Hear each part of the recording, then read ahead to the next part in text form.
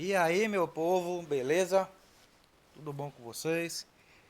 Gente, hoje a gente vai falar um pouquinho sobre funções, tá? Vai ver alguns tópicos iniciais antes de a gente começar a estudar função do primeiro grau, função do segundo grau.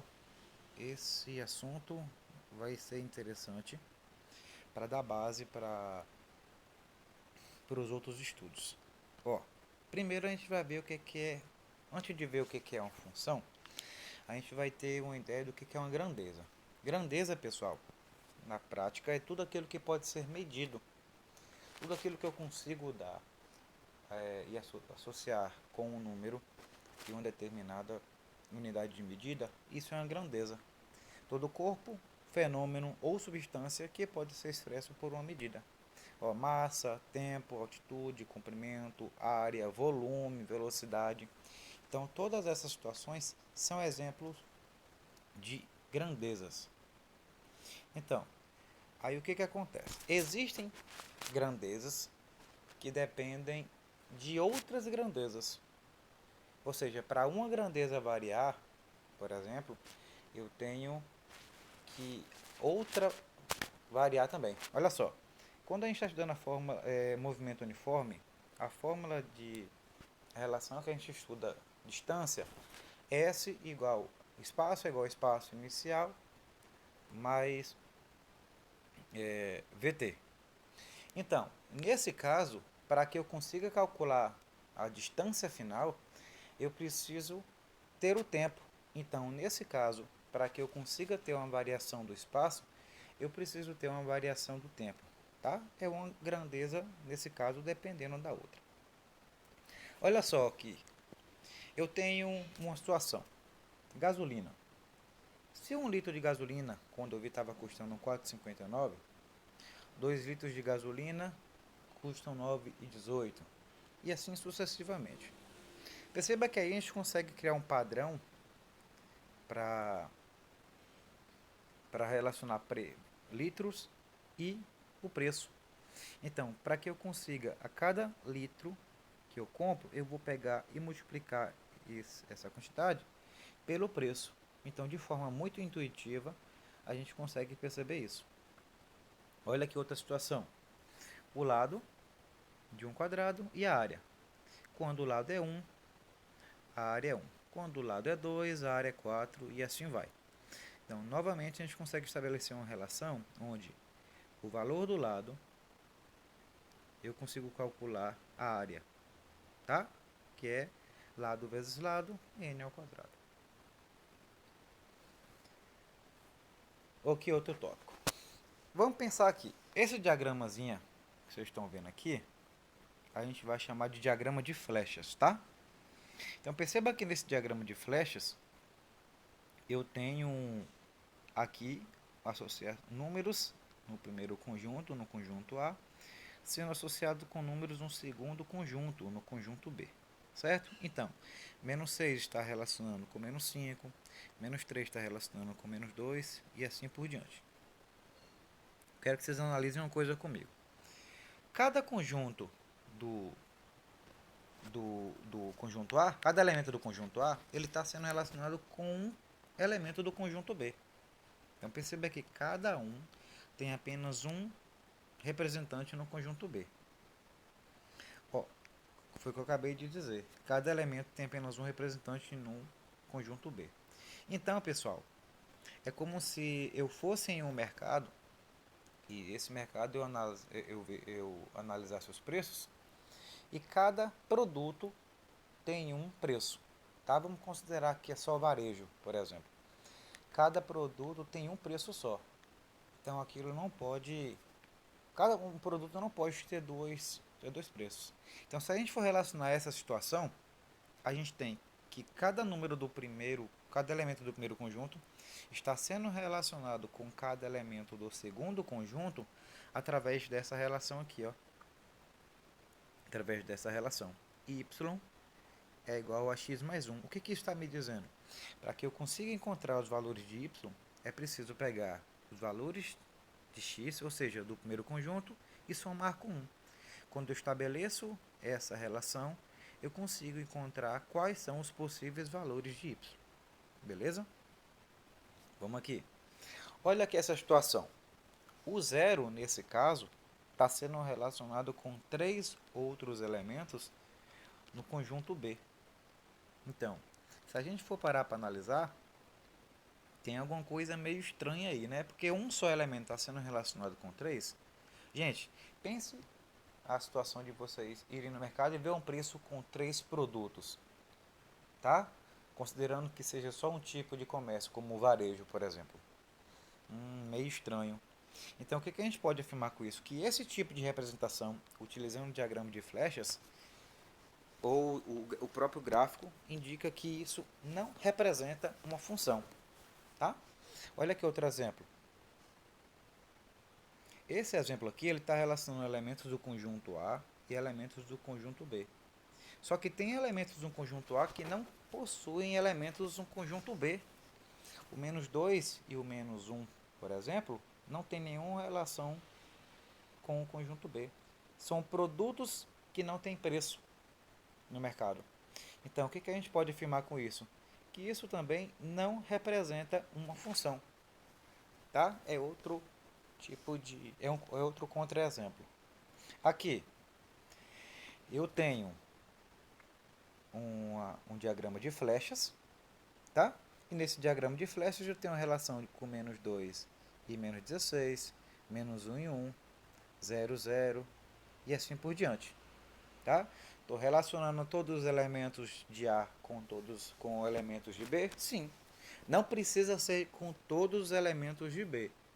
O que eu preciso analisar é se todos os elementos de A têm um representante no conjunto B. Não necessariamente, estou repetindo, não necessariamente, nesse caso, todos os elementos de B precisam ter uma associação com o elemento de A. Então, todos os elementos de A têm um representante no conjunto B. E perceba uma coisa, cada elemento de A tem um único representante, a única associação com o elemento de B. Menos 2 só está se associando com o 16. O menos 1 só está se associando com o 1. Não interessa se o 16 tem mais de outra associação. O que eu preciso analisar aqui é se os elementos do conjunto A estão sendo relacionados com apenas um elemento do conjunto B.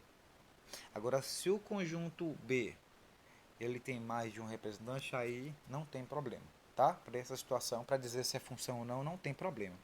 Então, nesse caso, a gente afirma também que é uma função, tá? Representa uma função.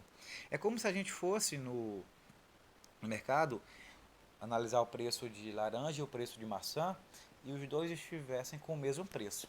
Beleza, povo? Então, vamos lá. Qual é a ideia de função que a gente pode estabelecer então? É interessante que vocês possam estar anotando isso, tá? Para não esquecer. Se a gente tem dois conjuntos não vazios, X pertence a A, Y pertence a B. Então, a ideia de conjunto é toda a relação que associa os elementos de A com os elementos de B. Lembrando das regras que a gente acabou de ver, certo? A notação que a gente utiliza, uma dessas duas. Ou eu utilizo essa notação, FA setinha B, ou A setinha B, com esse F aqui em cima, certo? A gente lê como f é uma função de A em B. Isso aí é interessante vocês entenderem, porque algumas questões não vão trazer essa forma simbólica. Geralmente eles trazem a forma escrita, a forma textual. Vamos lá. Domínio e contradomínio e imagem de uma determinada função. Ó, nesse caso, A é o domínio da função, ou seja, todos os elementos de A que estão sendo utilizados eu tenho que chamar de domínio. De onde eu tiro os representantes, eu chamo de contradomínio. E entenda, os representantes que eu estou utilizando, eu chamo de imagem. Pensa comigo aqui uma coisa. Aqui no conjunto A, associa com empresa, certo? Aqui no conjunto B, eu quero que você associe com possíveis diretores de empresas. E os pontinhos, nesse caso, são possíveis candidatos para trabalhar na empresa. Então, essa empresa aqui, ele vai contratar esse diretor e assim por diante. Então, o conjunto A, que é o domínio, são todas as empresas que precisam de um diretor. Ponto. B são todos os candidatos a trabalhar como diretor dessa empresa. E os candidatos que são selecionados para trabalhar, aí eu posso associar como a imagem da minha função, tá? Vamos lá. Algumas funções, pessoal, a gente precisa definir. Algumas não. As funções a gente precisa definir com uma fórmula matemática. Olha só. Olha o exemplo, dado M com os elementos dados e N com os elementos. F associa os elementos M ao dobro mais uma unidade, denotando por X um elemento de M e Y a imagem no contradomínio M. Pessoal, dá pause no vídeo e tenta estabelecer uma relação matemática que defina isso aí. E aí, conseguiu? Vamos lá. A gente pode, então, estabelecer uma relação matemática de tal forma que os elementos do contradomínio da imagem, ele é o dobro dos elementos de x mais 1, certo? Então, se a gente for ver quais são os elementos que representam a imagem, para todo valor de x igual a menos 1, nós temos que y é menos 1. Para todo valor de x é 0, y é 1. Quando x é 1, y é 3. E quando x é 2, y é 5. Certo? Então, nós temos essa relação. Então, a partir disso, a gente tem um par ordenado, menos 1 e menos 1, 0 e 1. E a gente consegue definir, então, que a imagem dessa função são todos os elementos que a gente acabou de calcular. Quais são eles? Menos 1, 1, 3 e 5. Beleza? Então, dando continuidade, a gente percebe que para calcular o valor de y, no exemplo anterior, a gente precisou do valor de x. Então, x a gente vai definir como uma variável independente, porque não depende de ninguém. Y é variável dependente. Eu preciso do valor de x para encontrar y, tá? E a gente tem também o termo que diz que y é dita em função de x. Ou eu posso dizer também que é feita uma relação matemática de tal forma que y dependa de x. Beleza?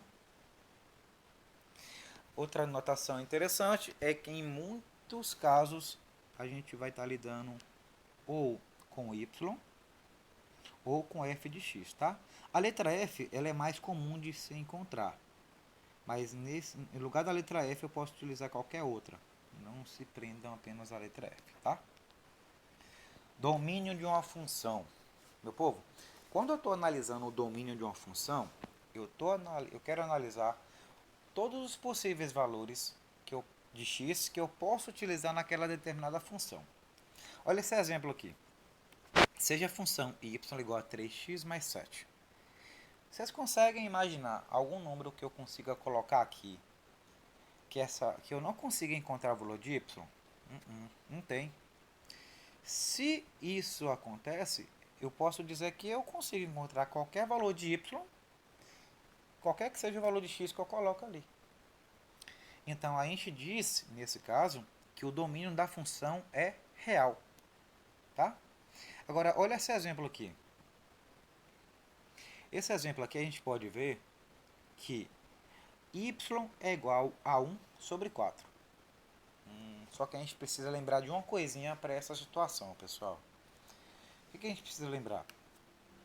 que não existe divisão por zero. Se não existe divisão por zero, vocês concordam comigo que o denominador dessa função não pode ser igual a zero? Beleza. Então a gente tem que achar os possíveis valores de x que vai fazer com que essa função tenha um denominador igual a zero. Então a gente pega toda a expressão do denominador e diz que tem que ser diferente de zero. Beleza. Então, qual é o valor de x que, se eu substituir no lugar de x, vai gerar um valor igual a zero? Vai ser 4, né? Então eu posso afirmar que essa função não pode ter valor igual a 4. Então o domínio dessa função eu posso estabelecer como qualquer valor de x pertencente aos números reais, tal forma que x não pode ser igual a 4, ou x é diferente de 4. Beleza, meu povo? Olha esse exemplo. Raiz de x menos 5. Povo, quando não tem nenhum número aqui em cima nesse índice, fica subentendido que é o número 2. Então, é um índice par, correto?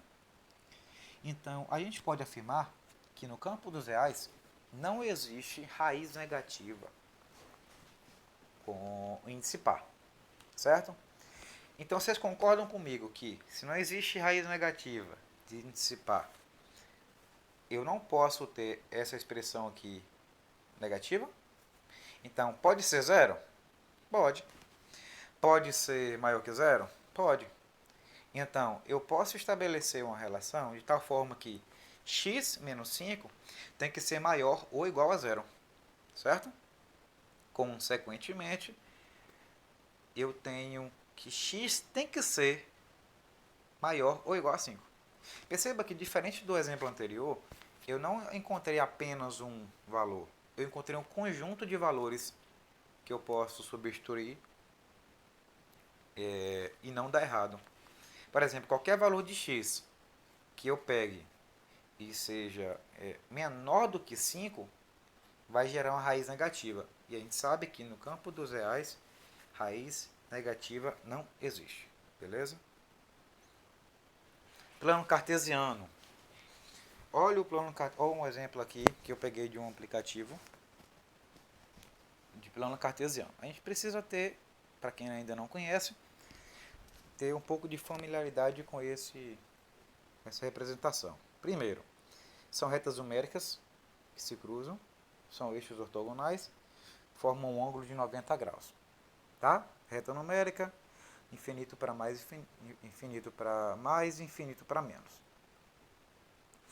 A parte horizontal, essa parte horizontal aqui, a gente vai chamar de abscissa. Essa parte aqui, abscissa, que são os valores de x, tá? Que a gente vai estabelecer um determinado domínio. Já a outra parte, a parte vertical, a gente vai chamar de ordenada. São os valores que vão entrar, que eu tiro o contradomínio e estabeleço a imagem. Então, pessoal, a gente, como eu disse agora há pouco, a gente consegue definir um determinado par ordenado. Para quem já jogou batalha naval, sabe que para eu atingir determinado navio, eu preciso de um par de coordenadas. Eu preciso de uma letra, eu preciso de um número. Então, a ordem vai ser essa aqui, ó. X e Y. Sempre vai vir o valor de X e depois o valor de Y. Então, quando vocês verem, por exemplo, uma situação dessa, ponto A, 2 e 1.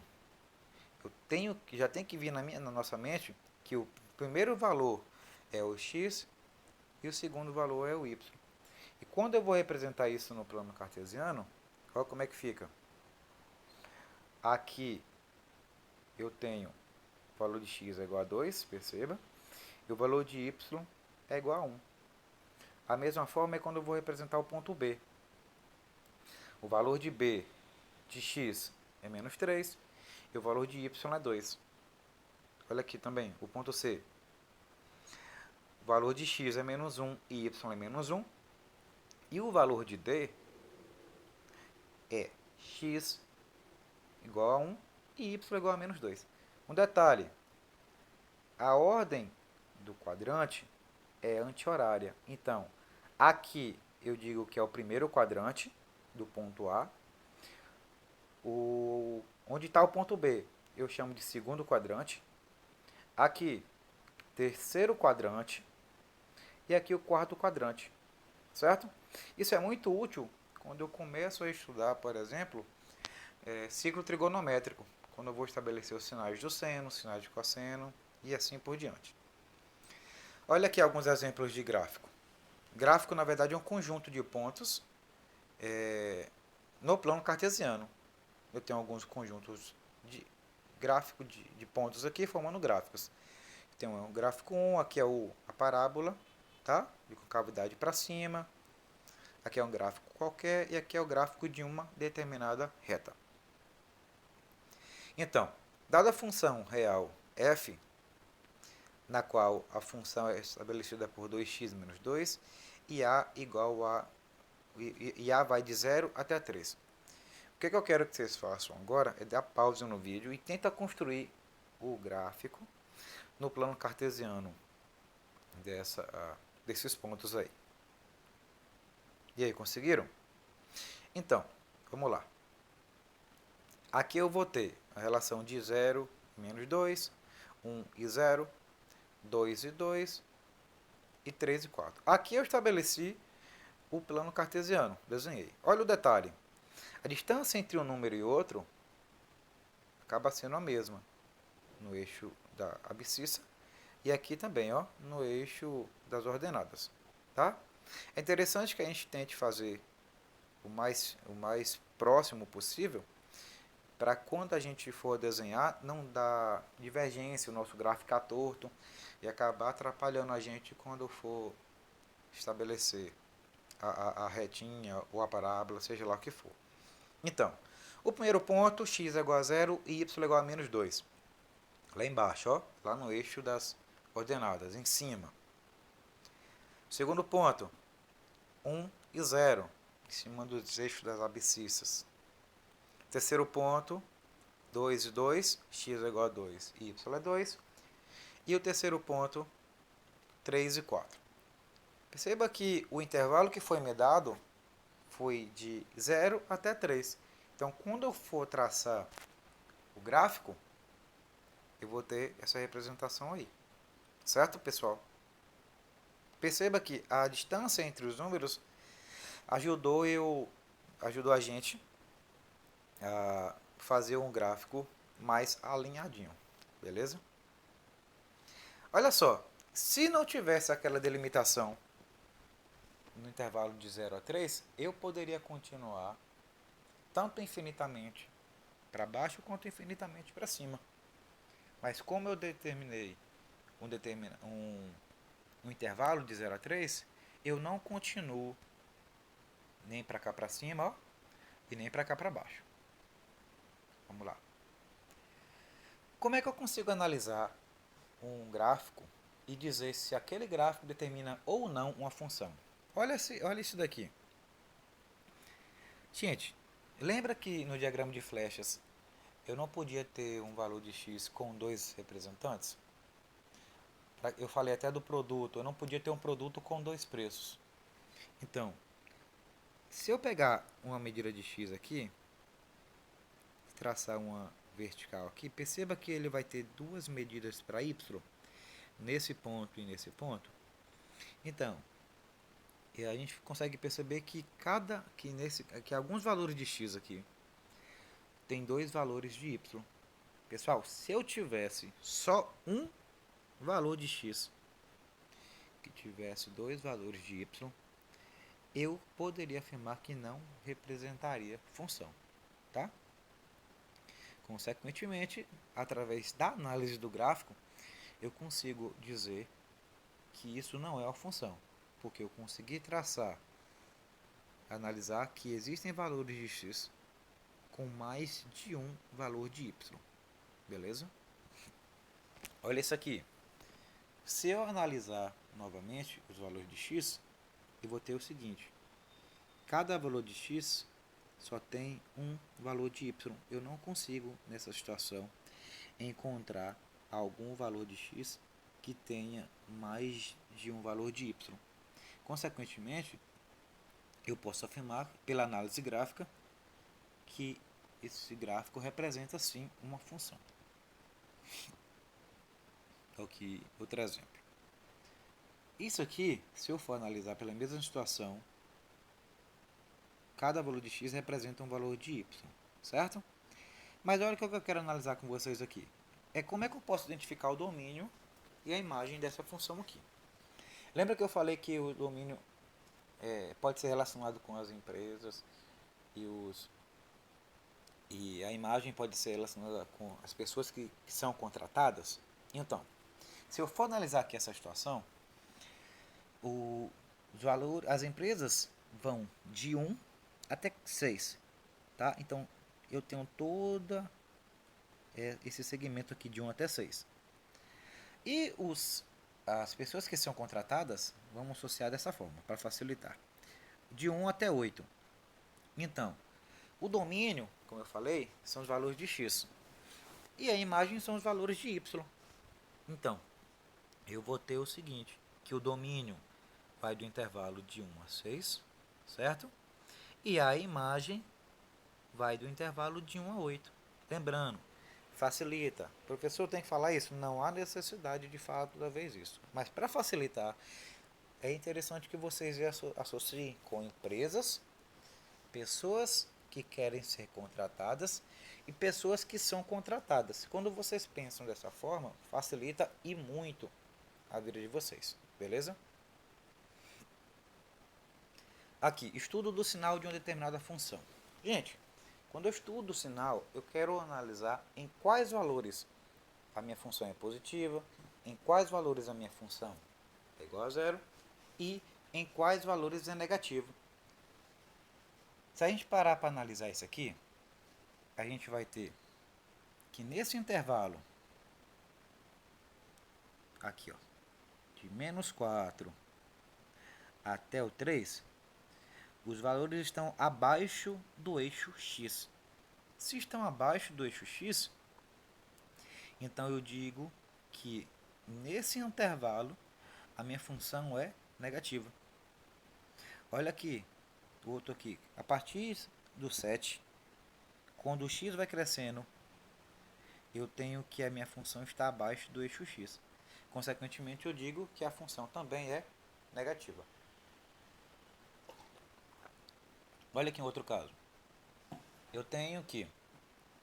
Perceba que alguns pontos do gráfico em vermelho aqui, ó, estão cortando, estão interceptando, tocando o eixo x. Quando isso acontece, pessoal, a gente na verdade descobre quais são as raízes da função. A gente pode chamar de raízes da função, ou a gente pode chamar também de solução, ou até mesmo de zero da função. Então, toda vez que o gráfico tocar o eixo x, nesse ponto onde ele toca é uma possível raiz. Então aqui a gente tem três raízes, quando x é menos 4, quando x é 3 e quando x é igual a 7, certo?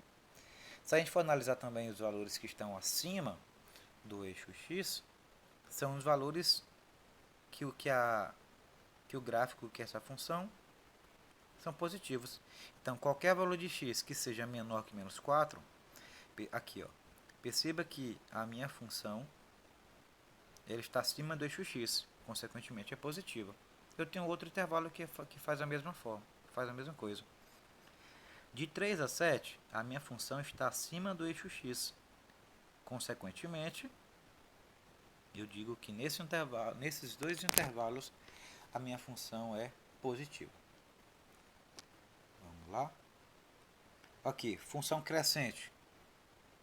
O conceito de crescente é a medida que os valores de x conseguem aumentar, os valores de y também aumentam. Aqui, essa parte destacada em azul. Essa parte em azul representa o seguinte. Olha o sentido da reta numérica x. Está crescendo da esquerda para a direita. Se está crescendo da esquerda para a direita, Perceba que à medida que cresce da esquerda para a direita, o valor de y também vai aumentando, ó. Então, eu digo que nesse intervalo aqui, a minha função é crescente. Em outro intervalo, por exemplo, aqui e aqui, ou seja, nesses dois intervalos, à medida que o valor de x vai aumentando, ó, o valor de y vai descendo, vai diminuindo, tanto aqui quanto aqui. Nesses dois intervalos, a gente diz que a função é decrescente. Consequentemente, quando nem aumenta e nem diminui os valores de y, a gente diz que a função é constante. Perceba que à medida que o x vai aumentando aqui, o valor de y permanece invariável. Consequentemente, a gente diz que y, nesse intervalo, é constante. Tá? Função injetora. Agora a gente vai lembrar e vai associar também com a ideia de patrão e a ideia de funcionário. Vamos lá. Uma função é injetora quando eu tenho diferentes elementos em A que são associados com diferentes elementos em B. Então, o que isso quer dizer, professor? Uma função injetora, a gente vai associar aqui o domínio com a empresa e o contradomínio com os candidatos, tá? Então, perceba que a empresa representada pelo número 1 contrata o candidato 2. Essa empresa aqui, relaciona e contrata esse funcionário. Perceba que cada empresa está contratando um funcionário diferente. Se cada empresa contrata um funcionário diferente, eu tenho uma ideia do que é uma função injetora. Em alguns livros trazem até função injetiva, tá? Mas é mais comum injetora mesmo. Então, se eu tenho essa relação entre empresa e funcionário, se cada empresa contrata um funcionário diferente, eu tenho aqui uma situação de injetividade, uma função injetora. Olha aqui um outro caso. Uma função sobrejetora diz que, para facilitar, diz que eu não posso ter funcionários sem trabalho. Olha aqui. Se eu tenho o grupo de empresas e o grupo de funcionários, o grupo de empresas tem que contratar alguém, não pode ficar sem contratar. E o grupo de funcionários? Para ser sobrejetora, pessoal, eu não posso ter pessoas desempregadas. Eu não posso ter algumas pessoas que não têm vínculo em alguma empresa. Então, para que eu consiga estabelecer e dizer que aquela função é sobrejetora, eu tenho que dar emprego para todo mundo. Ah, professor, esse candidato aqui trabalha em 2 empresas. Não tem problema. Não tem problema. O que eu preciso analisar para ser sobrejetora ou não é se todos os candidatos estão empregados. Se todos os candidatos estiverem empregados, eu posso dizer que aquela função é sobrejetora. Beleza? Então, a gente vai agora para a função objetora. Para ser objetora, eu tenho que ser injetora e sobrejetora ao mesmo tempo. Olha só. Cada empresa contrata um funcionário diferente. Cada empresa contrata um funcionário diferente. E eu não tenho funcionários desempregados. Se eu estabeleço essa situação, eu consigo perceber que cada empresa contrata um funcionário diferente e todos os funcionários são contratados, eu digo que essa função é o que? Bijetora. Beleza, pessoal? Vamos lá. Analisar um pouquinho função composta. A definição de composta que a gente tem é quando eu tenho, basicamente, uma função dentro da outra. Olha só. Na prática, se eu tenho a função f igual a x ao quadrado menos 1, e eu tenho a função g, x mais 2, Eu quero encontrar quem é f de x, certo? Então, o primeiro passo é analisar o seguinte: se a gente é como se fosse um número dentro da função. Só que ao invés de a gente utilizar um número, a gente vai utilizar uma função. Então, o primeiro passo é substituir o x pelo g de x. Então, olha só como é que fica. A gente tem essa função, f de x é igual a x ao quadrado menos 1. Se a gente tira o x e coloca o g de x no lugar, olha como é que fica. F de g de x é igual. O x lá em cima não está. O x aqui não está ao quadrado? O x aqui em cima não está ao quadrado? Se o x aqui vai estar ao quadrado e eu substituir por g de x, todo o g de x vai ficar ao quadrado. Beleza?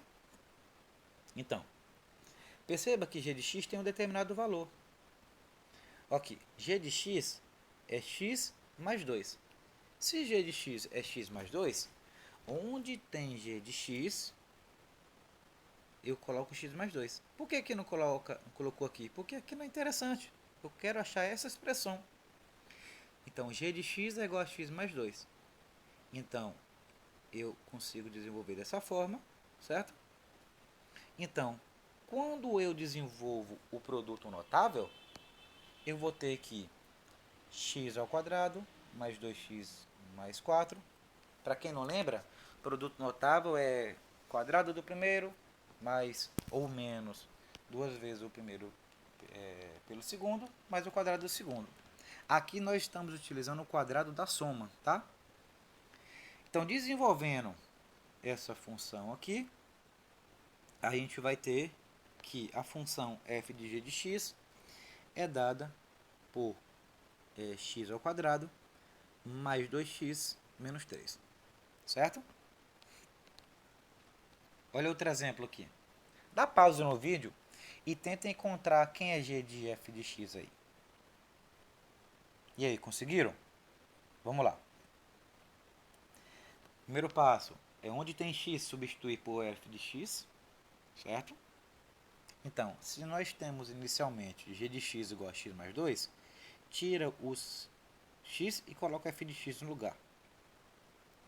Cheguei nessa expressão. A gente sabe que f de x é x ao quadrado menos 1. Então, substituir por x ao quadrado menos 1. Menos 1 mais 2 dá mais 1. Então, eu consegui chegar em g de f de x. Vamos lá, função inversa. Pessoal, detalhe importante, eu só consigo calcular função inversa de funções bijetoras, tá? Não é possível calcular uma função inversa, encontrar a função inversa de uma função que não seja bijetora. Olha aqui um exemplo. Se a gente tem f de x igual a 4x, a gente sabe que f de x pode ser substituído por y. Para facilitar, eu troquei a nomenclatura, tá? Então, ao invés de escrever dessa forma aqui, eu escrevi dessa forma aqui. Então, o primeiro passo para encontrar quem é a função inversa é substituir x por y e y por x. Ou seja, onde tem x, coloca y, e onde tem y, coloca x. A gente chega nessa situação. Só que, pessoal, olha esse menos 1 aqui. Para eu conseguir identificar que esse y é uma função inversa, eu coloco esse menos 1 em cima. Por favor, não confunda esse menos 1 com expoente, tá? Esse menos 1 é apenas uma representação utilizada para identificar uma função inversa. Então, não confunda esse menos 1, não confunda esse menos 1 com expoente. É uma representação, é uma notação. Beleza? Então, o segundo passo é isolar esse y menos 1 aqui. Então, se eu tenho x igual a 4 vezes y inverso, eu tenho, isolando o y inverso, que y inverso é igual a x sobre 4. Então, a gente conseguiu encontrar a função inversa de 4x, que é qual? Y menos 4. Beleza, meu povo? Dá pause no vídeo Ah, não, já está feito aqui. Bora fazer junto então. Ó, eu quero a função inversa de f de x, 3x mais 5. Certo? Primeiro passo. Substituir o x por y e o y por x. Onde tem x, coloca y inverso. E onde tem y, coloca o x. Novamente falando, não confunda esse menos 1 com expoente. Esse menos 1 representa y inverso, então cuidado com isso. Tá? E agora eu isolo y inverso.